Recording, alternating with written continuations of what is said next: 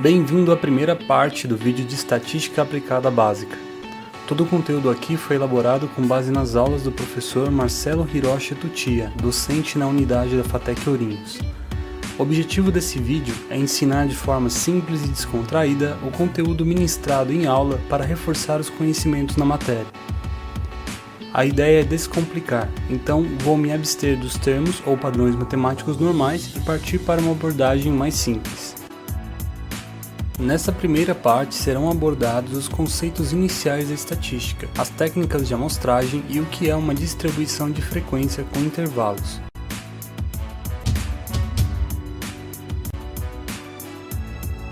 A estatística tenta responder questões sobre ocorrências dentro de um contexto. Um exemplo é que idades têm mais interesse por um específico console de videogame na cidade de Sydney, na Austrália. Ou, outro exemplo é, em uma eleição para governador, qual candidato tem mais preferência de votos em uma determinada cidade. A probabilidade testa as possibilidades de um evento ou experimento ocorrer. Por exemplo, qual a chance de uma loja de computadores vender mais de 200 máquinas no próximo mês? Entre os dados que são analisados, as variáveis que são os valores dos elementos de um conjunto existem em duas categorias principais, as qualitativas e as quantitativas. Exemplos de variáveis qualitativas são a cor do cabelo, o estado civil ou a religião. Perceba que são variáveis que exprimem qualidade e não quantidade, pois estes valores não são contados nesse contexto. Exemplos de variáveis quantitativas são número de produtos, altura em centímetros e número de filhos. Esses valores são quantificáveis, podemos contá-los. Dentro das quantitativas, ainda podemos classificar em variável contínua ou discreta, onde a discreta são os números inteiros e as contínuas números decimais. Entenda que a altura é classificada aqui como uma variável quantitativa. Porém, se ao invés de indicar a medição de altura de uma pessoa fosse a classificação como altura baixa, média ou alta, seria então uma variável qualitativa.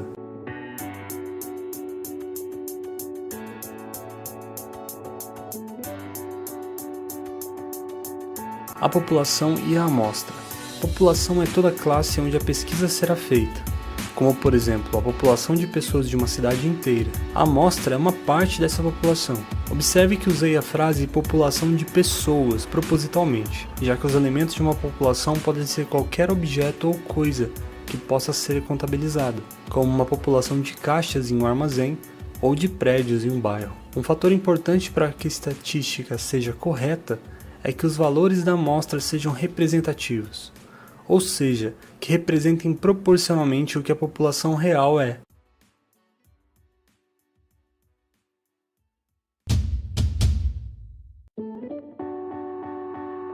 As técnicas de amostragem são formas de selecionar amostras, buscando a melhor qualidade dos dados selecionados.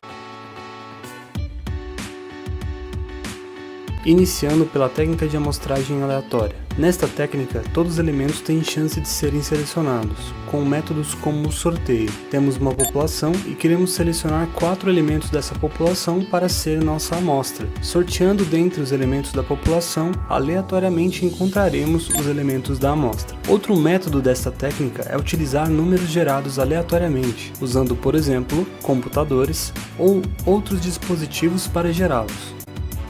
Na amostragem sistemática, a seleção é feita por um sistema predefinido. Temos um conjunto populacional e a seguinte fórmula: salto é igual ao tamanho da população dividido por um tamanho de uma amostra X. Esse tamanho que deve ser escolhido. Apenas lembrando que o tamanho de uma amostra deve ser maior que 0 e menor que o tamanho da população. Suponhamos que deseje uma amostra com 6 elementos. O salto de seleção da amostra será de 2 elementos. Vamos alterar a disposição dos elementos para melhor entendimento. Sendo o salto igual a 2, o primeiro elemento selecionado será o segundo, e a partir dele um salto de 2 elementos ocorre, selecionando o segundo para a amostra. E assim sucessivamente.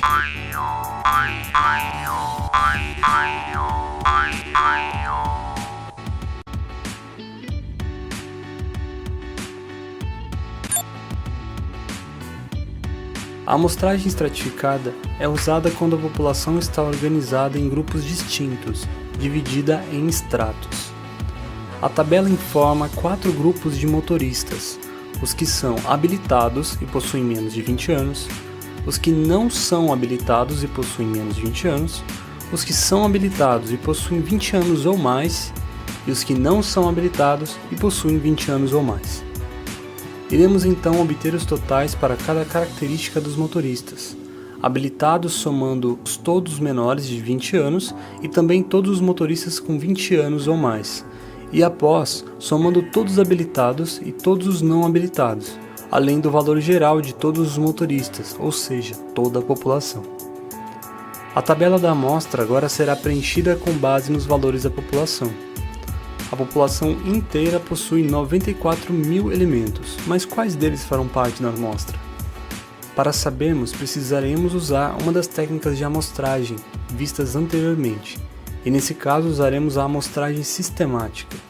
Portanto, definirei que a amostra que desejo deverá ter 20.000 elementos. Algo que é importante saber é que quanto maior a amostra, menor é o erro. Inversamente ocorre o mesmo: quanto menor a amostra, maior é o erro. E o erro que falamos se refere à precisão da realidade, dos valores reais que não conhecemos da população. Quanto maior é esse erro, mais distante da realidade serão os valores.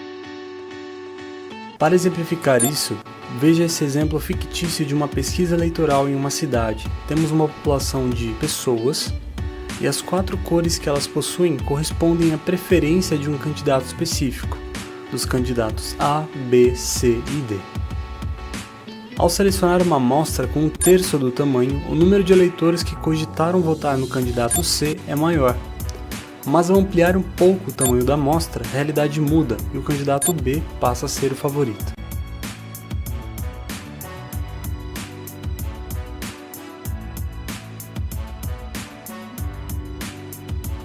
Retornando ao cálculo da amostragem estratificada, definimos uma amostra de 20.000 elementos e, usando a amostragem sistemática, precisaremos realizar a fórmula do salto, o que resultará no número 4,7. Dividiremos o número de habilitados com menos de 20 anos por 4,7, e então obteremos o valor correspondente para a amostra. Como estamos falando de pessoas, os números decimais não devem ser mantidos, e se surgirem, arredondaremos para cima. Faremos o mesmo com todos os valores da população, dividindo-os pelo valor do salto para obter o valor correspondente na amostra, e arredondando os números para cima, caso sejam fracionados. Quanto aos totais, será apenas necessário somar os grupos, assim como fizemos anteriormente com a população. Ao somar todos os valores totais, o tamanho da amostra não será 20.000 como foi definido inicialmente, e sim 20.002, o que é normal ocorrer por conta dos arredondamentos feitos, e este será o tamanho definitivo da amostra.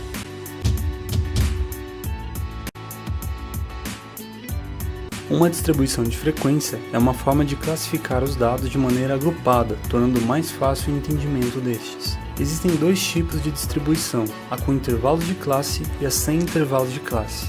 Iniciaremos com a distribuição com intervalos de classe. O conjunto que temos é uma amostra de bombons vendidos durante 20 dias.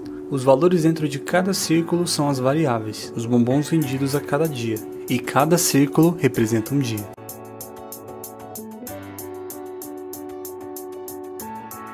A distribuição de frequência ocorre em uma tabela onde teremos o XI e o FI, que veremos já já o que são. Porém, não sabemos quais são estes valores, ou quantas linhas a tabela terá, e para isso usaremos o critério de Sturges, que é uma série de cálculos simples que nos permitirão montar essa tabela.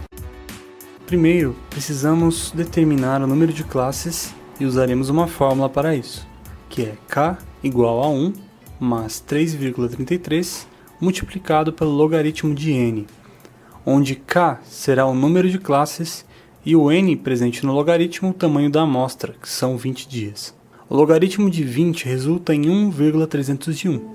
Lembrando que o logaritmo usado nessa fórmula é base 10. 3,33 multiplicado por 1,301 resulta em 4,3323. Somado a 1, teremos o resultado de 5,3323. Já que as classes são a quantidade de linhas que a tabela terá, esse número não pode ser quebrado, ou seja, decimal. Então, iremos arredondar para cima, obtendo k é igual a 6. Certo, sabemos agora que a tabela terá 6 linhas. É necessário agora preenchermos o xi e o fi. Xi é a variável, é o valor que está dentro de cada elemento e será distribuído. Fi é a frequência que aquele valor da variável possui dentro do conjunto, ou seja, o número de vezes que ele ocorreu. Mas como estamos falando de intervalos, não contaremos apenas um único valor e suas repetições, mas de um intervalo específico entre os elementos. Por exemplo, de 9 a 21. Esse será o primeiro intervalo da classe, e não errei ao colocar 22 ali na tela. Vamos entender melhor o porquê disso.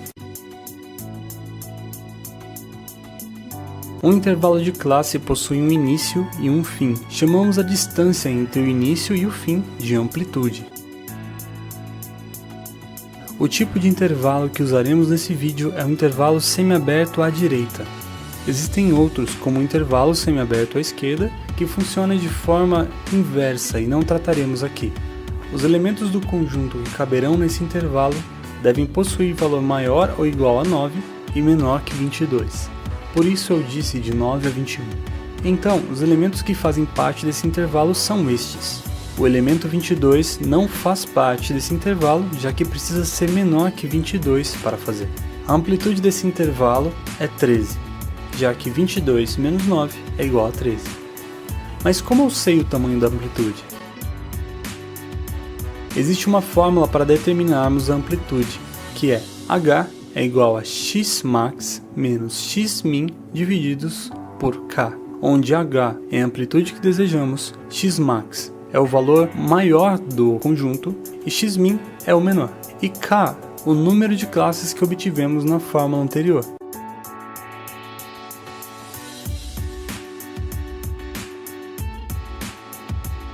Com base na nossa amostra, vamos obter o maior número 82, menos o menor que é 9, e dividido por 6, que é o número de classes. 73 dividido por 6 é 12,1667. Novamente arredondaremos para cima, já que a amplitude precisa ser um número inteiro. Vamos preencher a tabela desde o início, começando com o primeiro intervalo cujo FI é 8, já que em 8 dias foram vendidos uma quantidade de bombons igual ou superior a 9 e menor que 22. O próximo intervalo compreende os valores iguais ou superiores a 22 e inferiores a 35, que neste conjunto são apenas dois elementos. E então continuamos, maiores ou iguais a 35 e menores que 48, maiores ou iguais a 48 e menores que 61, maiores ou iguais a 61 e menores que 74, maiores ou iguais a 74 e menores que 87. Houve uma sobra, o que não é um problema. O problema seria se os intervalos não cobrissem algum elemento. Lembre-se, os intervalos precisam abranger todos os elementos da amostra.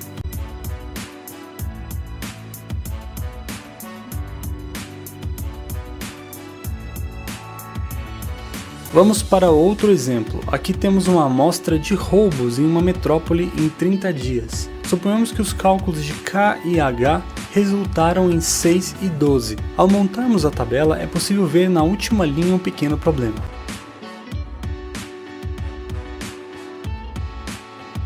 A amplitude deve ser igual para todas as linhas, e neste caso a amplitude gerou um intervalo que aceita elementos maiores ou iguais a 61. Porém menores que 73.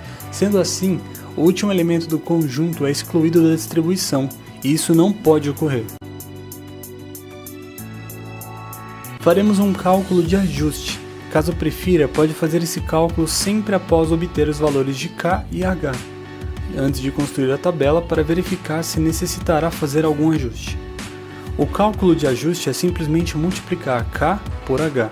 E o resultado da multiplicação somar com o menor elemento do conjunto, que no caso deste conjunto é o 1. O resultado disso é 73, e agora é necessária uma análise.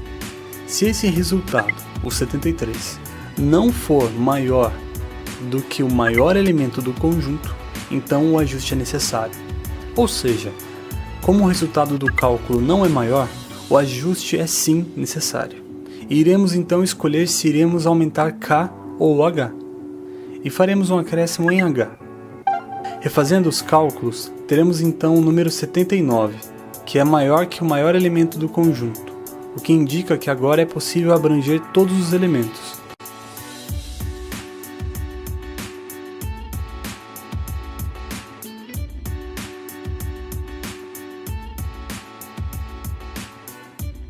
Vamos montar a tabela novamente, mas agora com a amplitude dos intervalos igual a 13. Com o ajuste, todos os elementos agora estão sendo cobertos na distribuição.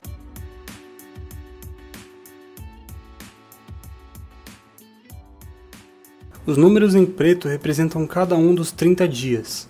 Em vermelho, a quantidade de roubos de forma ordenada.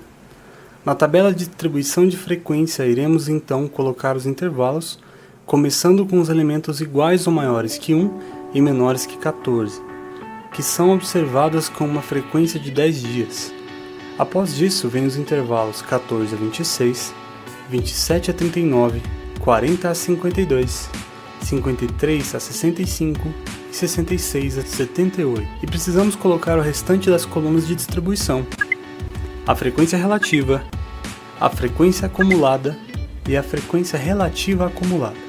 Para cada intervalo, iremos calcular o FI da linha, dividir pelo tamanho total do conjunto, que é 30, e multiplicar por 100 para obter uma porcentagem. Lembre, todas as frequências relativas serão percentuais. Faremos o mesmo para cada linha, alterando apenas o FI do cálculo. Ao fim, se você somar todas as frequências relativas, eles devem ser iguais a 100%.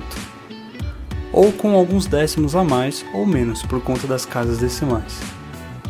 A frequência acumulada é o valor acumulado durante os 30 dias, e para isso, basta somar as frequências anteriores a cada linha, acumulando a frequência.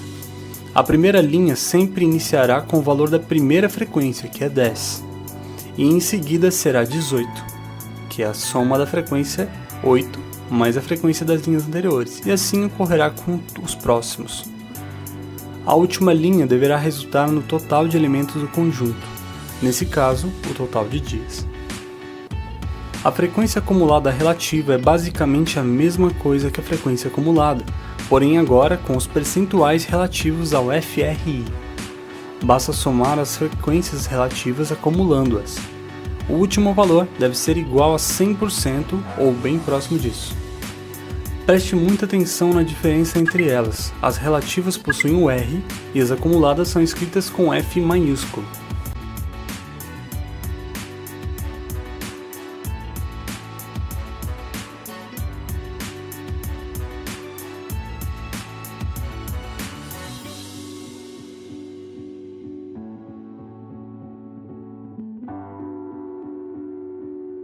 Agora, suponhamos que você queira alterar a abrangência do conjunto, puxando os intervalos para trás. Isso irá alterar também toda a tabela. E se você perguntar, posso fazer isso? A resposta é sim, se todos os elementos ainda forem abrangidos em sua totalidade. Vamos continuar então com os valores originais.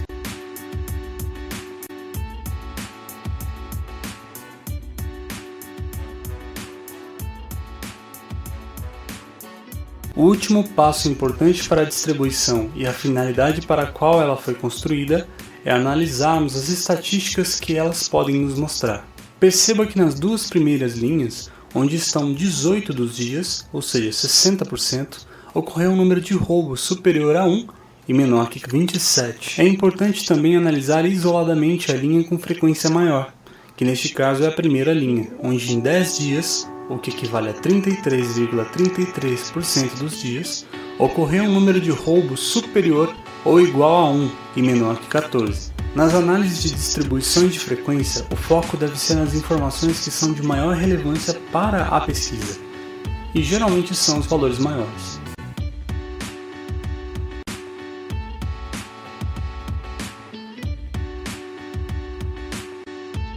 Chegamos ao fim da parte 1 da série de vídeos sobre estatística aplicada. Obrigado por assistir.